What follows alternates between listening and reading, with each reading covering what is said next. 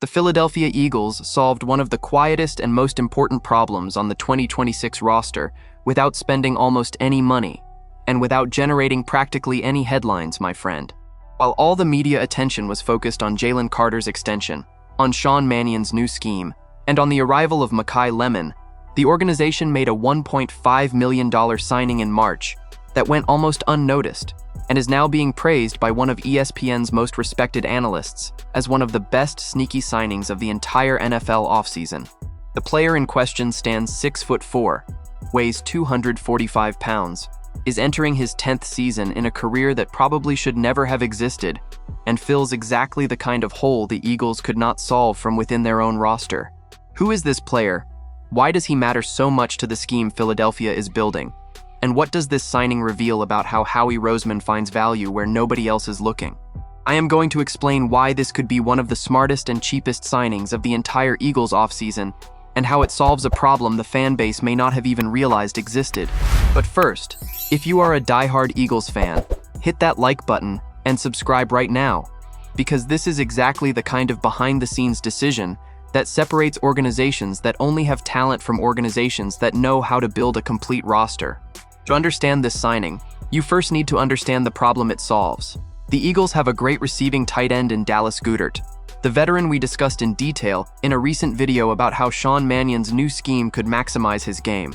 They also expect to have another one in Eli Stowers, the second-round pick from the 2026 draft who impressed at the Combine with a 45.5-inch vertical jump, the highest mark in the history of the event among tight ends. But what the Eagles genuinely did not have was a blocking tight end, the kind that settles the run game through sheer base strength, week after week. And that is exactly why ESPN analyst Mina Kimes highlighted, on July 1st, 2026, 6'4", 245-pound tight end Johnny Mundt as a sneaky signing she loved. According to Kimes, the Eagles have Dallas Goedert and Johnny Mundt, a quiet signing she really liked, on top of drafting Eli Stowers, forming a genuinely interesting tight end group. Johnny Mundt's NFL story is, on its own, one of the most improbable in professional football today.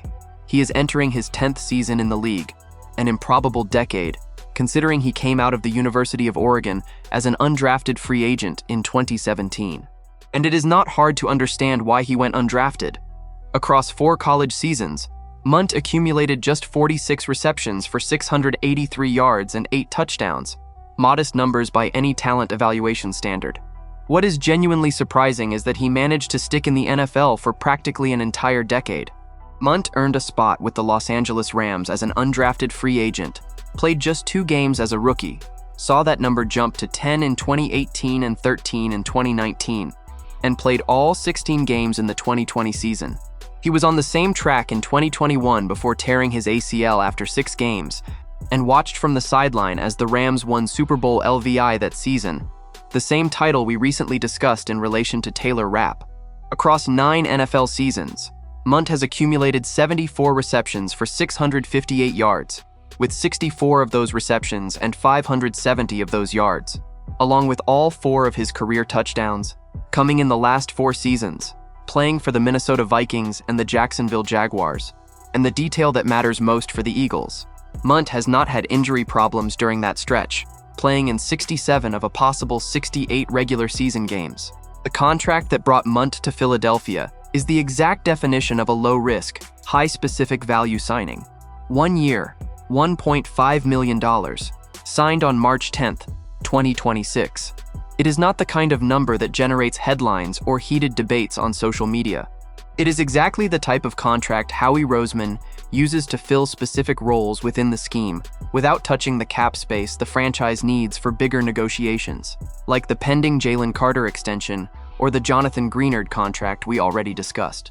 Mundt is not going to show up in the season's highlight statistics. He is not going to generate viral reels of spectacular catches, but he is going to be on the field, blocking defensive ends and linebackers, letting Saquon Barkley and Tank Bigsby find running lanes within the scheme Sean Mannion is building. A scheme that, as we already explored, depends heavily on an efficient run game to make the play action and everything else in the offense function. And here is the most important point in this entire story. Even with Goedert as the primary receiver, Mundt as the blocking specialist, and Grant Calcaterra as an additional receiving piece. The true tight end of the future in Philadelphia is Eli Stowers, and he may need to become the best tight end on the roster at some point in 2026. Stowers' journey to the Eagles is just as unusual as Mundt's, only for completely different reasons. He began his college career as a 4-star recruit quarterback at Texas A&M, playing in just 5 games as a backup before transferring to New Mexico State in 2023, where he finally moved to tight end. He then followed head coach Tim Beck and quarterback Diego Pavia in a joint transfer to Vanderbilt in 2024, and that is where Stowers' career truly took off. In his first season as a Commodore, he recorded 49 receptions for 638 yards and 5 touchdowns, earning first-team All-SEC honors. In 2025, his final college season, Stowers led all tight ends in the country with 62 receptions for 769 yards, winning the Mackey Award, given to the best tight end in college football, along with the William F. Campbell Trophy, known as the Academic Heisman. At the Combine, he set the broad jump record for tight ends at 11 feet 3 inches, on top of the 45.5-inch vertical jump already mentioned. Draft analysts compared him to names like Isaiah Likely for his ability to gain yards after the catch, while others placed him in the same athletic tier as talents like Kyle Pitts and Vernon Davis in terms of explosiveness. The most recurring scouting note on Stowers, however, is honest about a real limitation.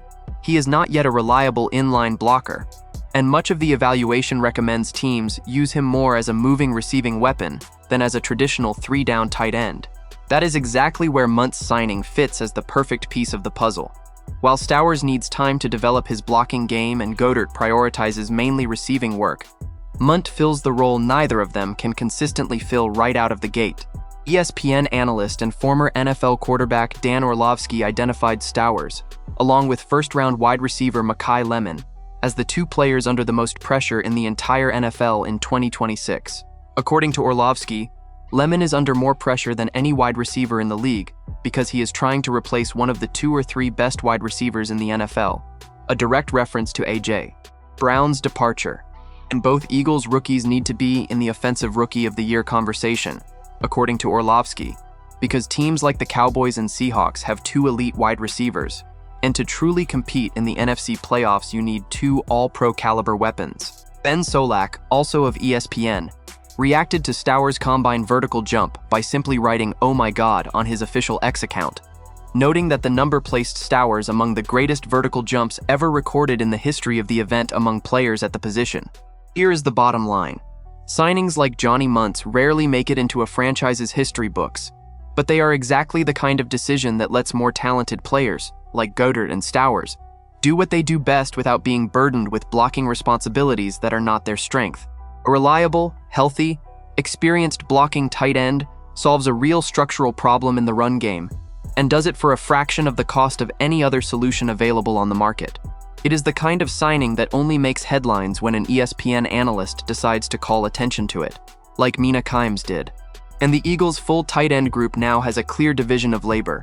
Goedert as the primary receiver and versatile backbone of the scheme, Calcaterra as a complementary receiving piece, Stowers as the explosive movement weapon of the future, who still needs to mature his physical game, and Mundt as the quiet specialist holding down the position in the run game, while the other 3 do the work that shows up in the stat sheet. With Johnny Mundt arriving for just $1.5 million to solve the blocking game, with Eli Stowers carrying the pressure of being the tight end of the future in his very first season, and with Dallas Goedert still the most established name in the group, the question left for you, Eagles fan, is direct. Do you believe this foursome of tight ends will be complete enough to sustain Sean Mannion's scheme in 2026? Or will the Eagles still need to look for reinforcements before the season starts? Drop your opinion in the comments. Do not forget to hit that like button and subscribe to the channel. I will be back later to keep you updated with the latest Eagles news.